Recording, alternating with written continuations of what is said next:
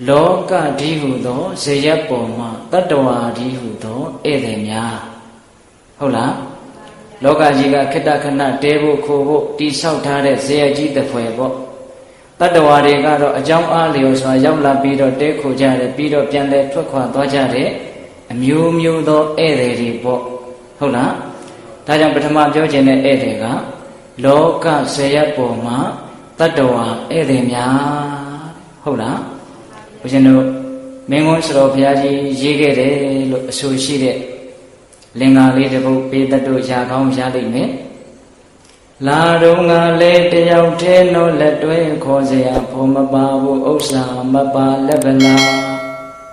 တလုံးချင်းလေးအေးအေးဆေးဆေးလေးဆိုပြီးတော့နားထောင်ကြည့်မယ်ဆိုရင်အဓိပ္ပာယ်လည်းအင်မတန်လေးနဲ့တည်းအနှစ်သာရနဲ့လည်းပြည့်ဝတယ်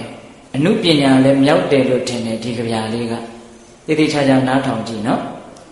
လာတော့ငါလည်းတယောက်တည်းတော့လက်တွဲခေါ်เสียဖို့မပါဘူးဥစ္စာမပါလက်ဗလာပြန်သွားတော့လေတယောက်တည်းတော့လက်တွဲခေါ်เสียဖို့မပါဘူးဥစ္စာချီမိကိုလုံးဒီဘယ်တတ္တဝါဖြစ်ဖြစ်တယောက်တည်းလာပြီးတော့တယောက်တည်းပြန်သွားတာဘာမှမတည်ခဲ့တယ်လို့ဘာမှလည်းပဲတည်ဆောင်ပြီးတော့မသွားနိုင်ဘူးဟုတ်လား အခုဆက်ဆိုမဲ့တတိယအပိုက်ကလေးကတတ္တဝါတွေရဲ့ဘဝတစ်ခုလုံးကိုအားလုံးခြုံမိအောင်အတိပ္ပယ်ပြည့်ပြည့်ဝဝလေးလေးနက်နက်ဆက်ဆိုထားတာလာပြီးတော့နာမသားသေးခင်ချိန်လေးတွေမှာလာပြီးတော့နာမသွားသေးခင်ချိန်လေးတွေမှာဝန်းကျင်ရှက်နွယ်နှောင်ကြိုးတွေကြ ပြုံးရဲမဲ့ငိုချင်မုံပေါ်ကြမလို့ဒေါသလိုလောဘနဲ့ဘဝရိပ်မြုံကာကျိုးဆုံးငယ်ကံကုန်မိုးချုပ်လက်တွဲဖြုတ်ကတုတ်တုတ်စောလျင်ခရီးနေသည်တို့လျင်ဧည့်သည်တွေပါတကားတဲ့အတန်ချက်စကနည်းနည်းလေးအုံနေနော်လျှော့လိုက်ပါဦးဒီတော့ဒီအပိုင်လေးကိုပိဿပေါင်းသူတော်ကောင်းတို့ဦးဇင်းတို့ကအကျေချက်ပြီးတော့တောင်ပြောเสียမလိုတော့အောင်ကောင်းတယ်နောက်ထပ်တစ်ခေါက်လောက်နားထောင်ကြည့်ပါလားနော် လာပြီးတော့နာမသွားသေးခင်ချိန်လေးတွေမှာဝန်းကျင်ရှက်နွယ်နှောင်ကြိုးတွေကြပြုံးရဲမဲ့ငိုချင်မုံပေါ်ကြမလူဒေါသလူလောဘနဲ့ဘဝရိပ်မြုံကာကျိုးဆုံးငယ်ကံကုန်မိုးချုပ်လက်တွဲဖြုတ်ကတုတ်တုတ်စောလျင်ခရီးနှင်းသည်တို့လျင်ဧည့်သည်တွေပါတကားဟုတ်လား အဲ့ဒီတော့မိမိဒီပင်နဲ့လောကကြီးအတွက်ဧည့်သည်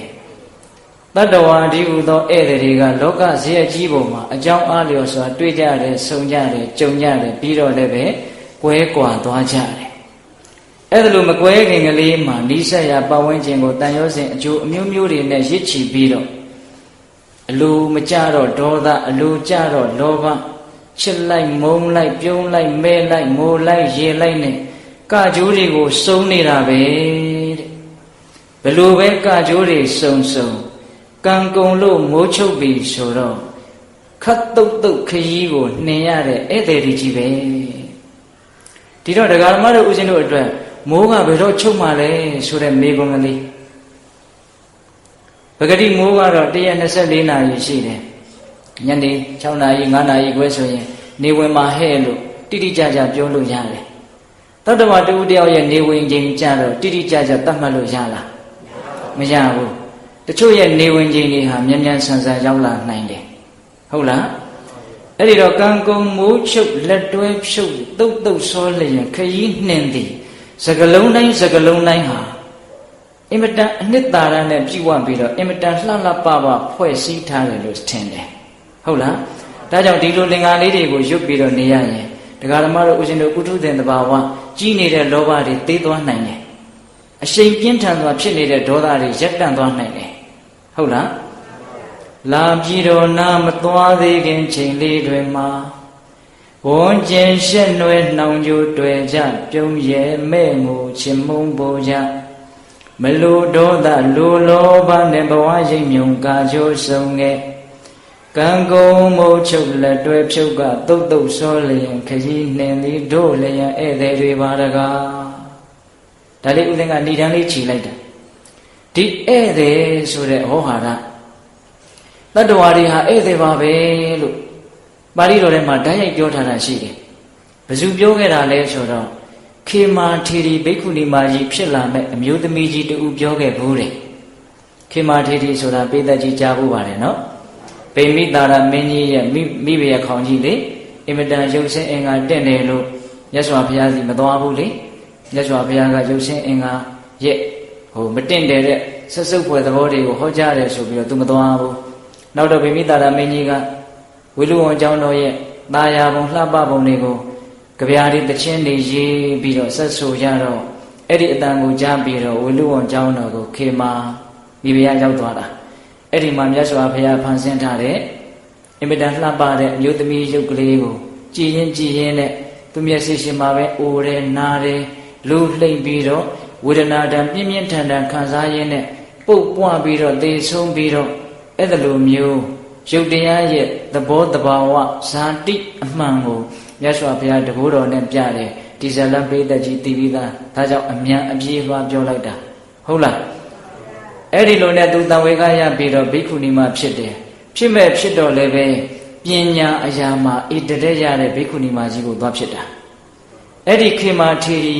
ဖြစ်လာမဲ့အမျိုးသမီးကြီးတူတခုသောဘဝတုန်းကတတ္တဝါဆိုတာဧည့်သည်ပါလို့သူပြောခဲ့ဘူးတဲ့အဲ့ဒါလေးကိုဦးဇင်းနည်းနည်းပြောပြမယ်တိုက်ဆိုင်နိုင်မယ်ဒီကနေ့တရားပွဲအလှရှင်ဖြစ်တဲ့ဒကမာကြီးတော်စန်းကြီးအဲ့ဒါဘယ်သူလဲဒကမာကြီးလားဒကမာကြီးရဲ့သားလေးကကဘာအေးမှာဆုံးရှာလာတယ်ဟုတ်လားအောက်မှာဦးဇင်းကိုပြောလိုက်တယ်နော်အခုဟောမဲ့တရားနဲ့အဲ့ဒီအဖြစ်အပျက်လေးကအနည်းငယ်များတိုက်ဆိုင်တယ်ဦးဇင်းကဒီကြမှာဒကမာကြီးရဲ့အကြောင်းကိုသိတာပါဒါတိုက်ဆိုင်မှုတက်အဲ့ဒီခေမာထေရီဘိက္ခုနီမကြီးအလောင်းကဘယ်ဘဝတုန်းကပြောခဲ့တာလဲဆိုတော့ဦးဇင်းတို့တခုသောဘဝတုန်းကခေမာထေရီဘိက္ခုနီမရဲ့အလောင်းဟာဦးဇင်းတို့ဘုရားအလောင်းသူတော်ကောင်းကြီးနဲ့ဇနီးခင်မွန်းဖြစ်တယ်ဘုရားလောင်းကြီးကညံကြီးတဲ့အခါကျတော့လောကကြီးကိုကြည့်တယ်တတ္တဝါတွေကိုကြည့်တယ်သူမျက်စိရှင်တွေပဲပေါ်ပေါက်လာတယ်သူမျက်စိရှိတယ်မဲကွယ်ပြောက်သွားတဲ့လူတွေကိုအများကြီးသူတွေ့တဲ့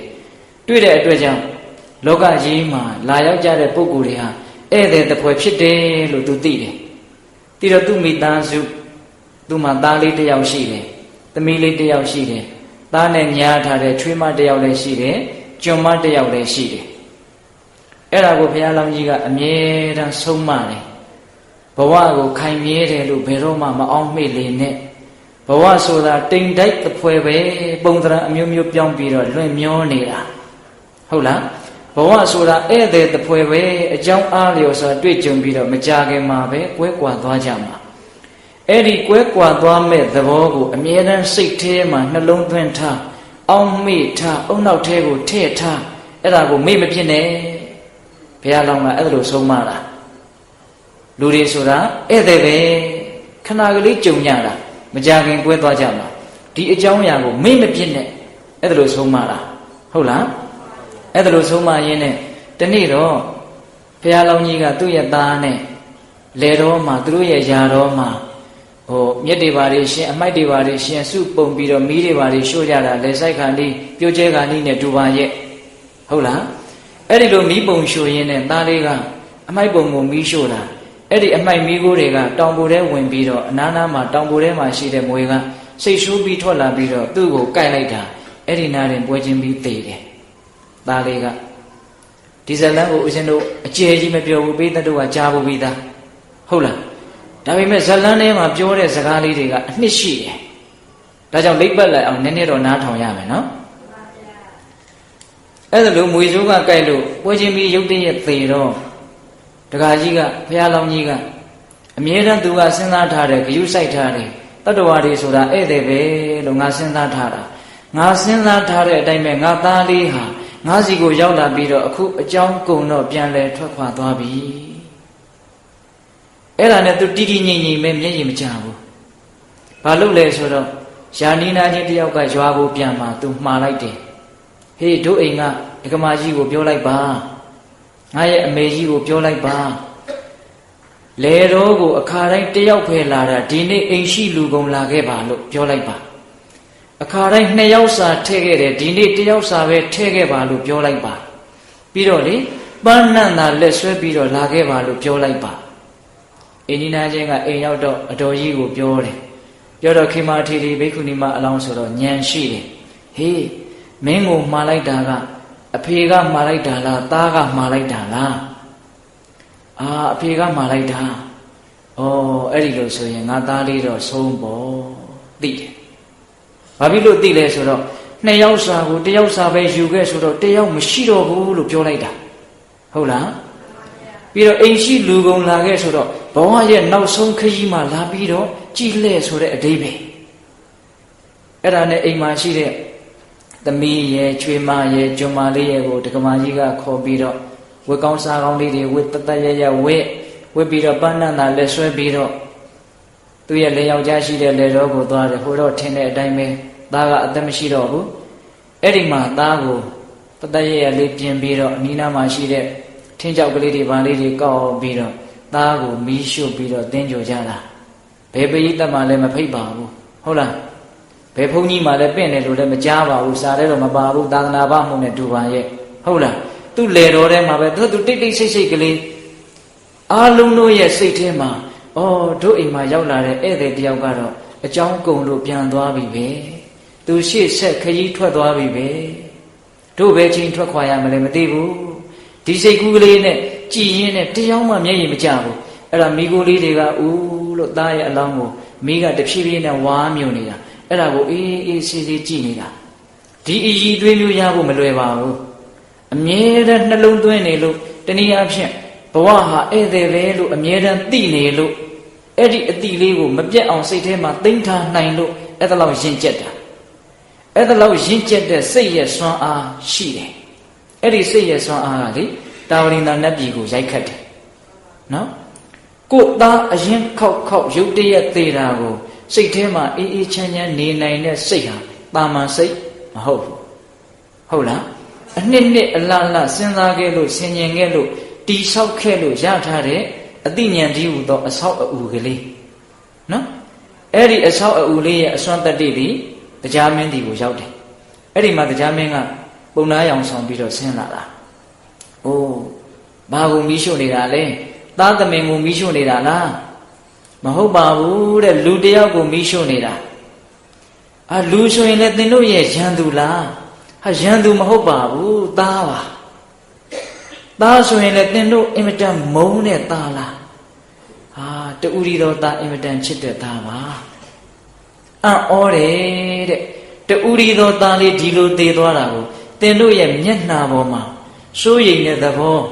ဝမ်းနေတဲ့သဘောပူဆွေးတဲ့သဘောတွေငါမတွေ့ရဘူးအဲ့ဒါဘာကြောင့်လဲတဲ့အံ့ဩလို့ကိုမေးတာမေးတော့ဘုရားလောင်းကြီးကပြောတယ်တတဝတူတယောက်ရဲ့ဘဝရှင်သန်မှုဆိုတာတေဆုံးမှုနဲ့ဏိကုံးချုပ်ရသမျှပဲတေဆုံးသွားပြီဆိုတာဘာနဲ့တူတယ်လဲဆိုတော့မွေများအရေခွန်လဲသလိုပဲတဲ့ဒါဘုရားလောင်းကြီးရဲ့အမြင်အခုမီးရှို့နေတာကိုငါသားမသိနိုင်တော့ဘူးမသိနိုင်တဲ့သားကိုအကြောင်းပြုပြီးတော့ငါတို့ငိုးနေတာဟာဘာအကျိုးကျေးဇူးရှိမှာလဲငါငိုတာကိုသားသိတယ်ဆိုရင်လည်းငိုရကျိုးနှက်သေးရဲ့ငါရဲ့အဖေကငါ့ကိုမေတ္တာရှိလုံးလို့ငါသေးတာကိုငိုးနေရှာတယ်လို့သားကသိတယ်ဆိုရင်လည်းဗာလဲငိုရတာနည်းနည်းတော့အဓိပ္ပာယ်ရှိတာပေါ့နော်ကိုမေတ္တာကိုသူခံစားခွင့်ရတယ်လေအခုတော့ကိုငိုတာကိုအဲ့ဒီသားကသိသလားငိုတာကိုမပြောနဲ့မီးရှို့တာကိုတောင်မသိဘူးဒါကြောင့်မလို့ငိုကြွေးခြင်းမှာဘာအကျိုးကျေးဇူးမှမရှိလို့ငါမငိုတာအဲ့ဒီမှာအမေကြီးပြောတဲ့စကားကိုနောက်ဆုံးမှပြောမယ်နော်သမီးလေးကိုမေးတော့သမီးကဘာပြောတော့သေးသွားတဲ့ပုဂ္ဂိုလ်ရဲ့နှမဟေးမင်းကတော့မင်းရဲ့အကိုကမင်းအပေါ်မှာရဲရဲဆက်ဆက်နှိပ်စက်လို့မငိုတာလားမဟုတ်ပါဘူးတဲ့ငိုကြွေးခြင်းအပြင်လူပိန်ယုံပဲရှိမယ်အစာအာဟာရကိုမစားခြင်းမတောက်ခြင်းဖြစ်ယုံပဲရှိမယ်ကျမငိုကြွေးနေလို့ရှင်ကျမကိုချစ်တဲ့လူတွေကဒီမှာသေလို့စိုးရင်ရတာကတစ်မျိုးကျမကငိုနေလို့ကျမအတွက်စိတ်ညစ်ရတာကတစ်မျိုးချစ်တဲ့လူတွေဝမ်းထဲမှာဆိုလို့မငိုပါဘူးတဲ့ပြောပုံလေးသဘာဝမကျဘူးလားပေတတ်တို့စဉ်းစားနော်မိမိရဲ့အတိုင်းဝိုင်းတွေကမိမိအရင်ထွက်ခွာသွားမဲ့ပုံကိုယ်တွေမရှိဘူးလို့ပြောနိုင်မလားမိမိအရင်မိမိအတိုင်းဝိုင်းတွေကထွက်ခွာစေခြင်းပါသလားမထွက်ခွာစေခြင်းဘူးမိမိအရင်မိမိအတိုင်းဝိုင်းတွေကလူတွေမထွက်ခွာစေခြင်းဘူးဆိုရင်နီးကဘလို့နီးပဲရှိကိုကကိုအတိုင်းဝိုင်းတွေကအရင်ထွက်ခွာဖို့ပဲရှိတယ် အဲ့ဒါလိုပြောတော့ပိုးတောင်ထိတ်လန့်တရားကောင်းသွားပြီဘယ်နီးလန်းကကြိုက်တယ်ဘယ်နီးလန်းကောင်းလဲကိုယ်အရင်ကိုယ်အတိုင်းဝိုင်းကလူတွေကိုထွက်ခွာသွားစေချင်သလားဟာတော်တော်အဖြေရခက်တဲ့မေးခွန်းပဲဘုန်းကြီးကတော့တော်တော်ကိုစိုးပြီလို့များအောင်းမိနေမှမသိဘူးကိုယ်အတိုင်းဝိုင်းကနေကလူတွေကိုယ်အရင်မထွက်ခွာသေးခြင်းဘူးဆိုရင်အဲ့ဒီလိုဆိုရင်ကိုကအရင်ထွက်ခွာဖို့ပဲရှိတယ်ကိုကတော့အရင်ထွက်ချင်သလားဒါမြင်ရင်ဘယ်လိုလုပ်မှာလဲအဲ့ဒီဟာကြီးကတိုးလို့တန်းတန်းထားလို့မရဘူးဟုတ်လားတယောက်ယောက်ကတော့အရင်သွားရမှာပဲလေဧည့်သည်တရက်ပေါ့အမြဲနေခွင့်မရှိဘူးဟင်ဒီကမာကြီးလေအမြဲနေခွင့်မရှိဘူးနော်အခုဒီမှာပြောနေတယ်အမြင်တွေကစူးရှာနေနော်အဲ့ဒီလိုပြောတာနှမလေးကအဲ့ဒါနဲ့တည်တဲ့ကလေးရဲ့ဇနီးကိုမေးတာမင်းကတော့မင်းယောက်ျားကမင်းပေါ်တိတ်ရက်ဆက်လို့မငိုတာလားမဟုတ်ပါဘူးတဲ့အိုးလကမှမြင်ရသေးတယ်လကိုရခြင်းလို့ငိုတဲ့ကလေးလကမှမြင်ရသေးတယ်အခုမီးရှို့လို့မကြခင်ပျောက်ကွယ်တော့မယ်လကိုရလို့ငိုခြင်းတဲ့ကလေးငိုတဲ့ကလေးတဲ့ပူပြီးတော့အဓိပ္ပာယ်မဲ့တယ်ကျမငိုနေလို့ကျမလင်အောင်ကြမသိတော့ဘူးတဲ့ဒါကြောင့်မငိုတာအဲ့ဒီမှာကျွန်းမကိုမေးတယ်ပါရမီရှင်တွေရှုနေတာဗျကျွန်းမကလည်းပဲဟိုအခါမသိလို့ကျွန်းဖြစ်နေလို့ဉာဏ်ရှိတယ်ဘာပြောလဲဆိုတော့ရေအိုးကြီးကွဲတယ်ပြန်ဆက်ကြည့်တယ်ဟာမရပါလားမရလို့စိတ်ပြက်မယ်ဆိုရင်အဲ့ဒါလူမိုက်ပဲရေအိုးခွဲကြီးကပြန်ဆက်လို့ရမှာလားမရဘူးသေးပြီးမှဘယ်နဲ့လုံးမှာတော့ပြီးတော့တာပဲတဘဝပြီးတော့တာပဲကျွန်တော်မျိုးမကြီးငိုတာကို तू မသိနိုင်ဘူးဒါကြောင့်ငိုတာအဲ့ဒီမှာမအေးဖြစ်တဲ့ပုဂ္ဂိုလ်ပြောတဲ့စကားကဦးဇင်းတို့စောစောကပြောခဲ့တဲ့ဧည့်သည်ဆိုတဲ့စကားလေးနဲ့ဆက်ဆက်တယ်သူကဘယ်လိုပြောလဲဆိုတော့အနာဝီတောတတောအာဂနာနုညာတောဤတောကတောယထာကတောတထာကတောတထာကံပရိဒေဝနာအနာဝီတောတထာအနာဝီတောဟောဒီလောကကြီးကိုကျမရဲ့တန်ဟာမခေါ်ဘဲနဲ့ရောက်လာခဲ့တယ်အနာဝီတောတတောအာဂနာနုညာတောဤတောကတောကျမကအနုအညွတ်ခွင့်မပြုဘဲနဲ့ကျမရဲ့ရင်ဝင်ကနေပြီးတော့ထွက်သွားတာလာခဲ့လို့လည်းဒီသားလေးကိုမခေါ်ခဲ့ဘူးဒီသားလေးရကျင်လိုက်တာမင်းဘယ်ဘဝကနေအမိဝမ်းကောင်းတဲ့ကိုဝင်ခဲ့လို့ခေါ်ခွင့်ရှိသလားခေါ်လို့ကိုရသလားမရဘူးလာခဲ့လို့မခေါ်ဘဲနဲ့ရောက်လာပြီးတော့ပြန်သွားတော့လို့နှင်လည်းမနှင်ရဘူး